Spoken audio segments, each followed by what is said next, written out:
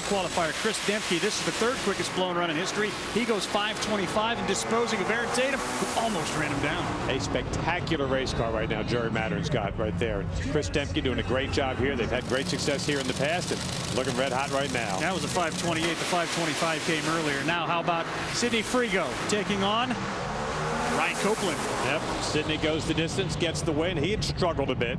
Qualified at a 5:31, but had a couple of very tough runs. Comes out and goes 5:28. It was a 5:20 fest in that opening round yesterday. It was sensational indeed. Well, here comes Daniel Page. Car looks familiar, you bet it. Belongs to the former world champ Arthur Gallant. And this is Dave Harada. Well, you're wondering where the Lucas Oil Drag Racing Series heads to next for a national event? Well, think about it no more. We're going to the Strip. Las Vegas for the SummitRacing.com NHRA Nationals. Dave Reed, Bob Fry will be there. We'll have John Kernan on board that weekend. As Jamie's, well, she's got other work to do. She's a pretty popular person, but we look forward to seeing you Saturday, April the 7th here on ESPN2 at 3 Eastern. Now, Dave Harada's team and Dan Page battle the fuel-injected race cars here. We've seen them have the problems like Dwayne Shields in the opening round, finding that right power curve. The air and the conditions here are so good. These cars are going to make a tremendous amount of power. Arthur's going to go over, take a look at that race car. Dan Page builds these cars. We have an interesting mix here in this round. Some great veterans like Dave Harada, like Ken Perry, like Bill Reichert. Then you got a guy like Dan Page, Sidney Frigo making just their 5th and 4th starts respectively. So it's kind of a wide open affair right here. The 8 fuel cars could put on some massive numbers if they can hit right here in this round. You saw the track temperature, a nice comfortable 78. The clouds have stuck around all day. We expected partly cloudy, maybe partly sunny conditions, but that ain't going to happen today. I think this is what we're stuck with, and so that's good news for crew chiefs to try to tune these cars. The conditions will be the same virtually every time out. Yeah, Dan Page ran 5:26 in the opening round. Very impressive.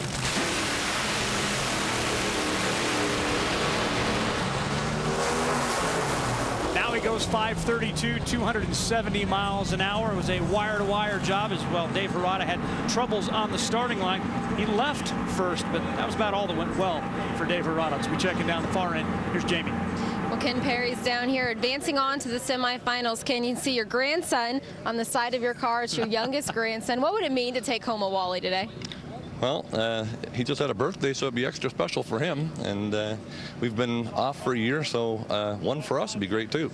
So, but yeah, we've off for a season, back again. At least we're going rounds, so that's a good thing. So, anyhow, we're happy. Thanks so much. Happy and going rounds. Thank you. Appreciate it. All together now. Aww. It looks like he's actually there for the ride along. Yeah, that's it. Well, back at the starting line, here comes Sidney Frigo. Calls Fort Lauderdale, Florida home. And then Chris Dempke, the guy who laid down the boom with that third quick blown run of 5.250. The kind of power he has in that P-Ride machine. Sidney's got 2 round wins. We saw him first here last year. It was his first national event when he was here at Gainesville. And that's an unknown commodity, that Sidney Frigo. He's got Tom Conway helping out. It's a race car that could step up and run low 520s. And just a great-looking machine. A team from Brazil, a businessman down there, and very successful. But Chris Dempke, Jerry Mattern, that entire P-Ride team right now is the car to beat. And I'm not talking right now about just for this race. I'm talking about for the championship. That car has been flawless. I don't want to jinx them, but right now that car is just running on me. Sidney Frigo's car. He's got himself a Murph McKinney built 3-rail car in there. It's a chassis with an extra rail, tuned by Tom Conway. So he can do everything he can to make it tough on the P-Ride machine. But look at this, just walking away. Wow. 5:27.4, 270 miles an hour, and back at the starting line. 2 thumbs up, going to the semis. Unbelievable. Like I said, that car is just on rinse and repeat. 5:27, another 270 miles an hour. Just basically a flawless performance the last couple of races. Sidney with a nice effort, goes 5.40, but was never really in that. They were dead even basically off the starting line. Then at every increment down the racetrack, you see that tire shake took him right out of that. Got off the throttle, back on, lifted the front end up a little bit. And by that time, puff of smoke on them front tires. The P-Ride car was gone. Jamie. Dan Page advancing on to the semifinals. Dan, you said that run felt good. What do you have left for the semis? We'll see. I mean, Arthur does the tuning, I just do the driving. But I mean, if we can get it back into the 20s, I think we need to be there. You know, I don't know who we have next round, but it's going to be a tough one. You know, I got to thank Lucas and NGK and all those guys. I mean, we wouldn't be here without them. So we're just going to keep our fingers crossed, do the best we can. It's going to take a lot. Thank you. Thanks. it's going to be Chris Demke who he's got, as that's Mark Tolliver. That's the guy that had the reins in this class for a while. The Rizlone engine treatment car belonging to Bill Reichert. We were down at South Georgia Motorsports Park a couple of weeks ago. Bill Reichert was there testing. He said he hardly ever goes out and tests before the start of the season. He's got some new folks working with him on the race car. He said the crew's been out for a while, so he wanted to come back and knows. He said, I've never won the Gator Nationals. He said, it's one of the big races on tour. I've come close 3 different times. He said, but what's caught me, what's bit me, is that I've gone out there, not been prepared, given the race away. He said they made 4 runs down there at South Georgia Motorsports Park, confident that he's coming in, and even hungrier now because he does not have that number 1 on the side of the car.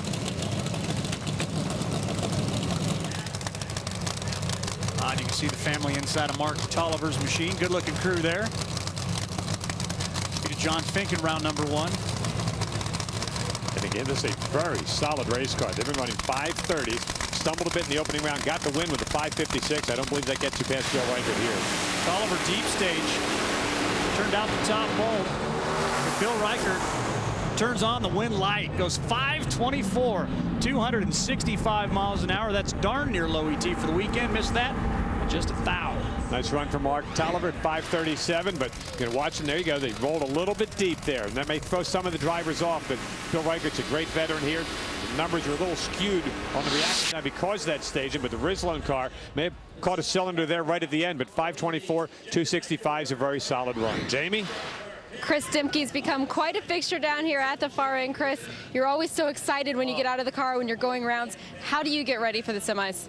Oh, you know, I just got to stay alert. I'm telling you, I'm a long way from home here. 3 hours behind, of course, West Coast to East Coast. And of course, the time change has put me 4 hours behind. So just trying to stay perked up. You know, I'm just thankful for the opportunity to be here. I want to thank my sponsors, 801 Racing, Tom and John, guys. I really appreciate it. Peenwright and all the team there. I don't know what to say, man. It's good to get that first round butterflies out of my system because I'm just glad to be going around. So I'll hopefully see you next round, guys. All right, let's hear it.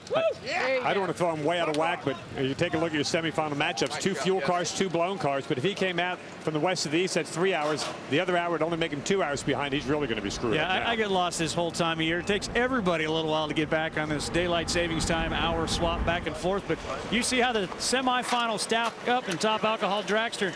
Chris Demke said if you can only stay alert. God, I wonder what that guy's on. Got to be some good caffeine. Well, you know, they say Florida has between 1 million and 1.5 million gators. I'm going to take their word for it. I'm not going out and counting with teeth like that. Think they get one good orthodontist? Holy mackerel.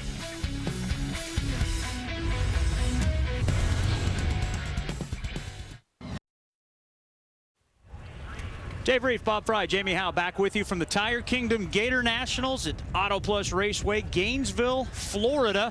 Good spring break destination, and well, this particular year, the 43rd version of this race. How about a little Monday racing? Yeah, it feels like we're on spring break. You know, we figured we'd finish up work yesterday and then start taking some time off, but rain came, spoiled everything for everybody, except for maybe the guy in the right-hand lane. Yeah, exactly. Hey, NHRA drag racing fans, especially the full throttle ones, be sure to check us out from Las Vegas at the SummitRacing.com Nationals. We got qualifying at 7:30 Eastern Saturday night.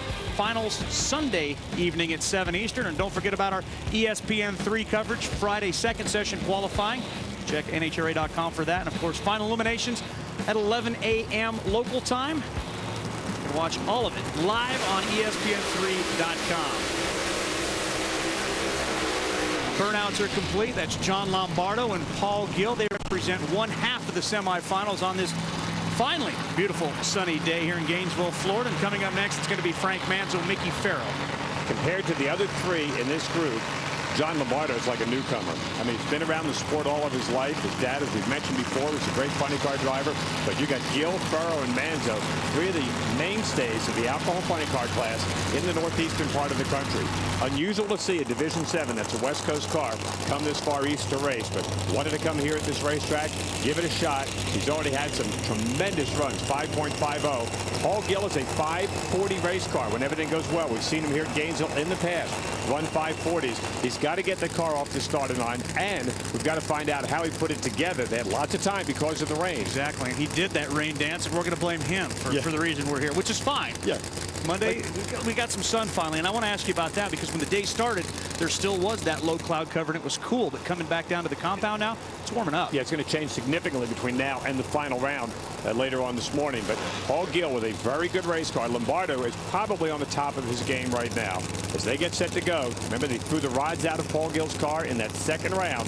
He said the only thing that can save us is a little rain dance. Rain dance answer. Lombardo's been as quick as 5.50 seconds.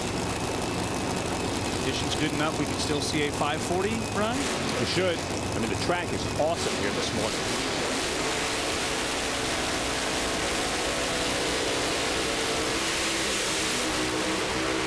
Oh, what happened to Lombardo's car? Give this one to Paul Gill.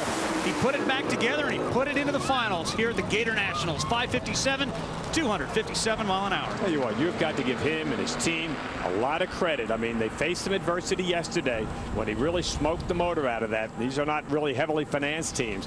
The Modline Cabin is his own company, but he comes here, and very few racetracks where Paul Gill enjoys racing more than right here. John Lombardo smoked the tires in 15 seconds, coast across at 66, and you know, this is a pretty good looking run for Paul Gill. Straight on down the racetrack.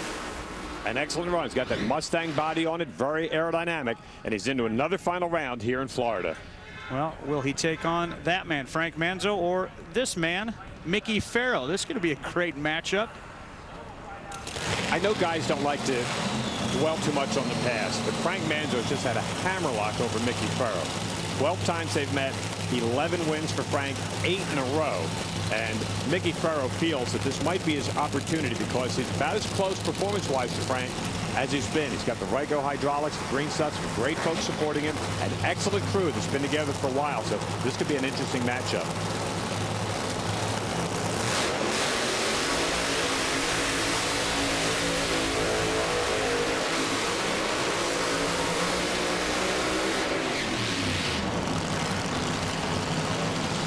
Paul Gill got the car put back together again. Now, we've blamed this rain on you because you did the rain dance yesterday. How good was the car today? It went pretty good. I don't know what it ran, but no shake. We had it ready at the beginning of the first little rain, so you can only blame that on me. The whole rest of the day, we were all ready to go. So I want to thank all the teams that helped me, though. I can't name them all. Everybody came over and helped put a motor at this. We burned a piston, not through a rod. Not them great Phil Miller rods. Just happy to be here again. Three years in a row, final. Let's see where we go. There's a 557 to get him into the final. And let's be honest, let's put it in the lap of Mother Nature. Thank God we're not going through what they went through trying to run the Daytona 500. Yeah, exactly. I mean, things happen. You know, people wind up, you know, having the benefit of being able to sit out a little bit. He said he would have been ready. All right, Mickey Farrow, Frank Manzo, the Al-Anabi team, qualified in the #1 spot. He is the class of the field, but Mickey Farrow's got an excellent race car, but he's got to be thinking about what he saw right in front of him. John Lombardo in that lane shook the tires. Was that tune-up? What's that track? Frank fouls out. Oh, my! Did not see that coming. Unbelievable. Frank Manzo, who is normally flawless in every aspect of his game, on the starting line, left a little bit too soon. And over the last couple of years, about the only way to beat him seems to be to have Frank make a mistake on the starting line. Farrow gets the win, and he's going to the final round. Wow. Unbelievable. He'll move up there in stage. You see the top light go out, and he might have just got caught creeping in there. The pre-stage beams were set before the tree came on. The top yellow bulb, or the top blue bulb on Frank's side went out. It means he was a little bit too deep. You don't have any margin for error when that happens. And he went and got the red light. And then Mickey Farrow, you say you need one lucky round if you're going to win one of these races. Well, Frank fouling out is about as lucky as it gets. Stack Guy. Well, we look in the Bob Fry files, thanks to Bob. Without that, we couldn't do this. It was a red light to John Bojek at Chicago last year. Remember, he also lost at Norwalk the race before in the first round to a guy named Paul Noakes. Wow. Well, if you got to go, and Mickey won, right? yeah, Mickey won. Yes, Frankie. Mickey won, unfortunately, for you. Unbelievable. I'm sure the driver of the green stuff car says that's okay. Mickey Farrell, Paul Gill, this is how they stack up for the Tire Kingdom NHRA Gatornationals Funny Car Final. Top alcohol dragster semis next. The surprise of the day, Frank Manzo fouling out. Frank, what happened at the line? I don't know, I've been tight all weekend. I've been really knocking the tree down. I didn't do anything different. Just went up there, the lights went on, and I left. Maybe I was in a little deep, whatever. And it spun the tires really hard, so if Mickey would have made a good run, I would have probably got beat, so thank you. Thanks, Frank. His great line one time after he fouled out. So what happened? He said, well, my brain said let's go, and my foot said okay. He never makes excuses out there. But Mickey Farrow that time, I mean, just coasted across. We're going to see a final round between Farrow and Gill. We've seen that lots here at this racetrack. And Mickey right now, he just realizes, you know, you got lucky, but you don't apologize it. My favorite line from Warren Johnson, right? There are no bad wins, there are no good losses. You take it and you move on. Mickey shaking his head. A little bit in surprise, as are the rest of us. Manzo out at the Gators early for the second consecutive year. Mickey Farrow, you just told me you didn't even know that Frank Manzo had red lit. What happened to you? We got, you know, we made the classic running Frank Manzo mistake, and we hopped it up too much at the starting line. And you know, you just can't do that. You got to stay within yourself. You got to stay within your game. And, you know, I had a feeling it was going to do that. So, I mean, anytime you can get a win over Frank, he is the best out there. And, you know, I'm sorry that it was this way. I really am. But for Ryko, Hedman, and the green stuff, and everyone that supports us, I mean, it's good to go to the final. I hate to go this way. Still going to the final. We say it all the time. You got to put yourself in position to make a mistake early. You've got no shot. Chris Demke's one of these strong run blowing cars. Daniel Page has been as quick as him, but again, I think for Daniel Page, you got to go A to B in the Arthur Gallant car. You really do. You just can't give up a race here. We're going to take a look here as these guys advance. Got great matchups. Two blown cars, two fuel-injected cars here in the semifinal round. And Reichert and Page with the nitro cars. Perry and Demke, maybe the two best supercharged cars in the class right now. Maybe that sun changing things at the starting line quickly. A little wheels up from Page, but too much Peenright car once again. 526, 270 miles an hour, and he's been 26, 27, 28, 25. I'd say that's a 20-something race car. That is an incredibly consistent race car. For the variation, they run qualifying on Friday and Saturday. First round Saturday night, round on Sunday, come back here on Monday, and he's within 0.03 of a second every time. Different conditions, and gets the win. Page goes 534 at 268 miles an hour, but right out of the starting gate, it was a great run for the Jerry Madden, the Peenright team car. Look at it in ultra mode too. It's so pretty. I mean, your eyes are directed to the front wheels, the back wheels, just everything, because you can see it in such detail. It almost looks flawless at that point. I mean, the drivers will tell you, the crew chiefs will tell you, there's never a perfect run, but that car, to make the runs that they have over the period of time they have here at the Gatornationals, and to do it within such a closely group of ETs is just simply amazing. Crew reaction back at the start line. They are in the finals here at the Gatornationals, one of the NHRA majors, wrapping up on a Monday, but that's okay. Come out and play anyway. Here comes five-time champ Bill Reichert, not the defending champion this year. It's been a long time since we said that. I'll tell you. He told me he waited till December 31st to take the #1 off his car. He said he was the champ for the entire season. He said, I'm getting my money's worth. In the opposite lane will be Ken Perry as we go to the far end. And Jamie. Chris Demke taking a couple deep breaths. Your car has been extremely consistent. You're the defending event winner.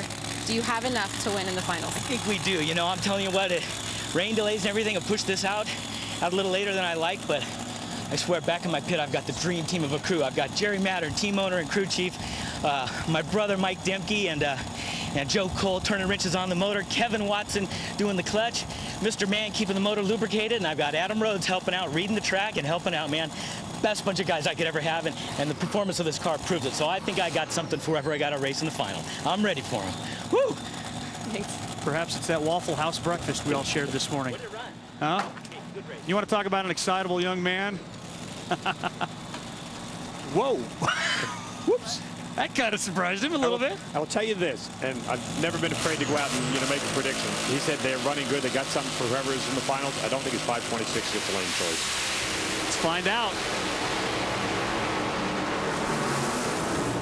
Oh, and it will. Bill Reichert goes 5:27.0. 2 thousandths of a second. Don't hurt yourself badly over that. But he does get lane choice. Look at that. Ken Perry goes 5:29 with the blown car, 266, and is beaten by Bill Reichert, who goes 5:27, 268 miles an hour.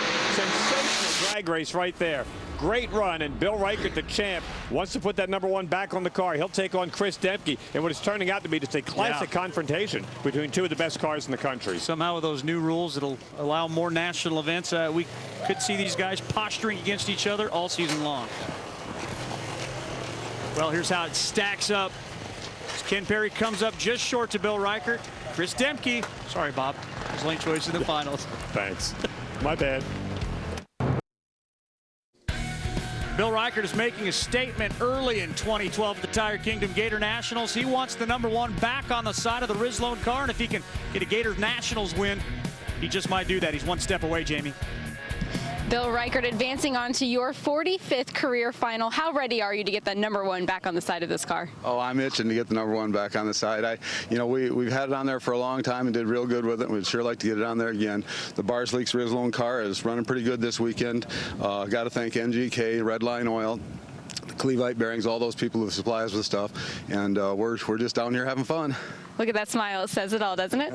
Yes, it does. I wonder how many racers on the way to the Gators stopped by South Georgia Motorsports Park like you did a week ago. Yeah, it was a fun deal. A lot of them were there. Bill Reichert was there and actually tested with his race car down there. It's a wonderful track there in Valdosta, Georgia. They had a great facility. The Lucas Oil Drag Racing Series took place there last weekend. This is our third stop for 2012 on the Lucas Oil Series. We're 1 week out from the Gator Nationals, 100 miles north, so we get a lot of the cars on their way down south to run the national event come here, use this as a test session, get their points, and that's one of our favorite stops on the series every year.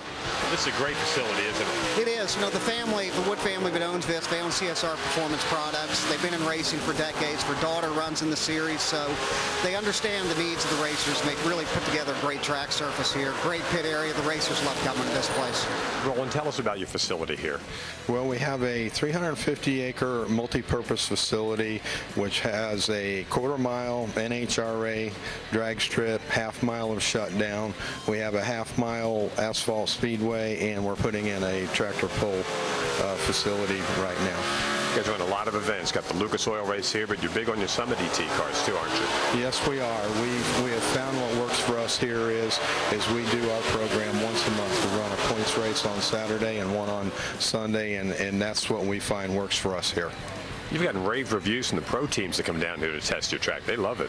Well, and they have. They've tested here for years. Here again, being all concrete, polished, ground and polished, and you know we're almost at the same elevation. We're at 240 feet, same elevation Gainesville is, so they like to come here and test. And no matter how nice it is, days like this are the pits, aren't they? It sure is. This is the days that track operators just don't admire. I mean, it's tough. The rain. It's a no-win situation for everybody. And it is a no-win situation. That's why we are still here racing our other class finals on Monday from the Gators. We start in stock. Chris Stevenson and Charlie Fitzsimmons. Somebody's going to get their first national event win. Two cars come off the starting line. The Stevenson family with JB and Marion and Lisa, and a great racing tradition, and the big new Dodge coming on out of that Larry Griffith Dodge on the right side of the racetrack. And the winner, how about Charlie Fitzsimmons, 005 on the tree, and gets his first national event win. Super comp time, 8.900 seconds. We've got Todd Ewing and Frank Attilio. A couple of pretty good drag racers here. Todd Ewing runs a lot of the big money bracket races. Frank Attilio, I was with him in the winner's circle in 1992, right here at this racetrack when he won his first ever national event win. The Super Comp tried to run the 890 dial, and at the stripe, the winner, Todd Ewing, gets win number 6. And how about competition eliminator? Oh, this was over right on the starting line. Bob Bailey with that big pro stock motor and a dragster chassis. It's going to get the win. They're just going to limp on down the racetrack. And Bob Bailey, who beat some pretty good race cars to get here, gets the win and does it in easy fashion. And now we move on to Super Gas. You got Rich Price sitting there with the blue car, and you got a former Lucas Oil world champion in Super Comp running here with the truck in Super Gas. Jim Perry. The game plan here, run as close to that 9.90 dial as you can. Both drivers traditionally very good off the starting line. The truck trying to run him down at the top end of the track, and the winner, how about Jim Perry? Goes 9.879 in a double breakout, and he gets the win. And finally, it's Superstock, where David Rampton was having a little bit of issues. Gets the big head start. They're off. Yep, this is Joe Touton in that big 68 Barracuda. He's going to try to run him down, quickly running out of racetrack. And at the stripe, the winner, David Rampy, does it again. He goes 10.25 with the Chevrolet, and the Teutons had a good weekend. Joe was in one semifinal, or the final. Jeff was in the other semis. Good weekend, just couldn't pull it up with the championship. Well, coming up, we got more finals. Dragsters and funny cars at one of the majors. Something that man, Bill Reichert, has never won. Can he get it done today in Gainesville? Come on back. We'll find out. The NHRA Lucas Oil Drag Racing Series brought to you by Lucas Oil, the world leader of high-performance lubricants and problem-solving additives for everyday cars and trucks. Welcome back to the Sunshine State, where those who stuck around have been treated to some great times. It's Monday at the Tire Kingdom Gatornationals. Jamie Howe down at the far end. Bob Fry sitting next to me. I'm Dave Reef, and it's time. The Alcohol Funny Car Finals and a rematch from last year, where that man finished just a bit short. The man in the opposite lane. It's Paul Gill right there. Mickey Farrell opposite him. Twice they have met in the final round here at this racetrack. Twice Mickey Farrell and the Ryco Hydraulics cars gotten the win. Twice he has done it by being the better of the cars off the starting line. Paul Gill debuted at this race back in 1997, but got beat by Tony Bartone on that day. Can he beat Mickey Farrell here? Not going to happen. The car started eating itself up. It's Mickey Farrell, 5.550, 258 miles an hour. And Mickey is now an 8-time national event winner. How about that? He opened up eliminations with a 5.55. He finished his eliminations 2 days later with a 5.55. 258 miles an hour. Very good run for both drivers off the starting line. This time, though, just the better car there for Mickey Farrell. Saw the smoke out of Paul Gill's car, and Mickey gets the Gainesville win again. And there is the Ryco Hydraulics driver, Mickey Farrell, climbing out. As soon as he gets all that safety equipment off, we'll get a chance to hear from him as we look forward to our top alcohol dragster final. Car's about ready to fire. Back at the starting line, but great job. Well, Mickey's all ready to rock and roll. Thanks, guys. So fire on, Jamie. Thank you. Mickey Farrell, your back-to-back Gator National victory, your 8th career victory. What does this one mean to you? Well, it's incredible. I've got to give it to Paul Gill. I mean, him and I have run this race.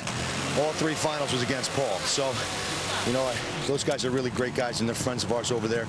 I mean, we had a little bit of an up-and-down weekend, but, he came through when he had to come through, and, we got it to run pretty decent in the final. So we're happy for Ryco, for Hedman, for Chris at Hedman, and Lori and Dennis at the Green Stuff, my family at home, all those who support us. We're really happy that we got this one. And here we go, top alcohol dragster. This one's going to be fun. That man, Bill Reichert, been a 5-time champion. Never won the Gator Nationals. The guy on the other side, though, is trying to go back-to-back. Chris Dempke. This is a fuel blowing. It's going to be fun. Dempke beat Reichert in the semifinals here last year. Went on to win the race. Reichert beat Dempke at Indy in the semifinals. Went on to win the race. So some great battles here between these two guys. They split their 4 meetings. They've one of the best supercharged car and the best injected car here, and a chance to put some points on the board here.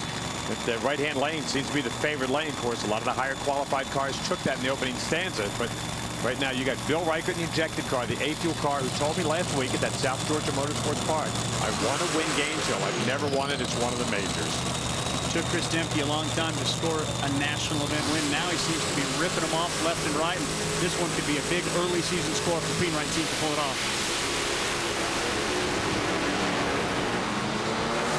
Yes, he can. How about Chris Dempke? Goes 5.306 seconds, but that's not what's important. How about back-to-back at the Gators? That is just a great job by a crew that has just been on fire in the last 2 seasons. They've had a great run here. They've been living in the 520s, ran a 530 there. A little bit surprised that was good enough to get around Bill, who goes 5.31. Big speed by Dempke at 271 miles an hour. Nice showing. Great way to start the season for Jerry Mattern's team.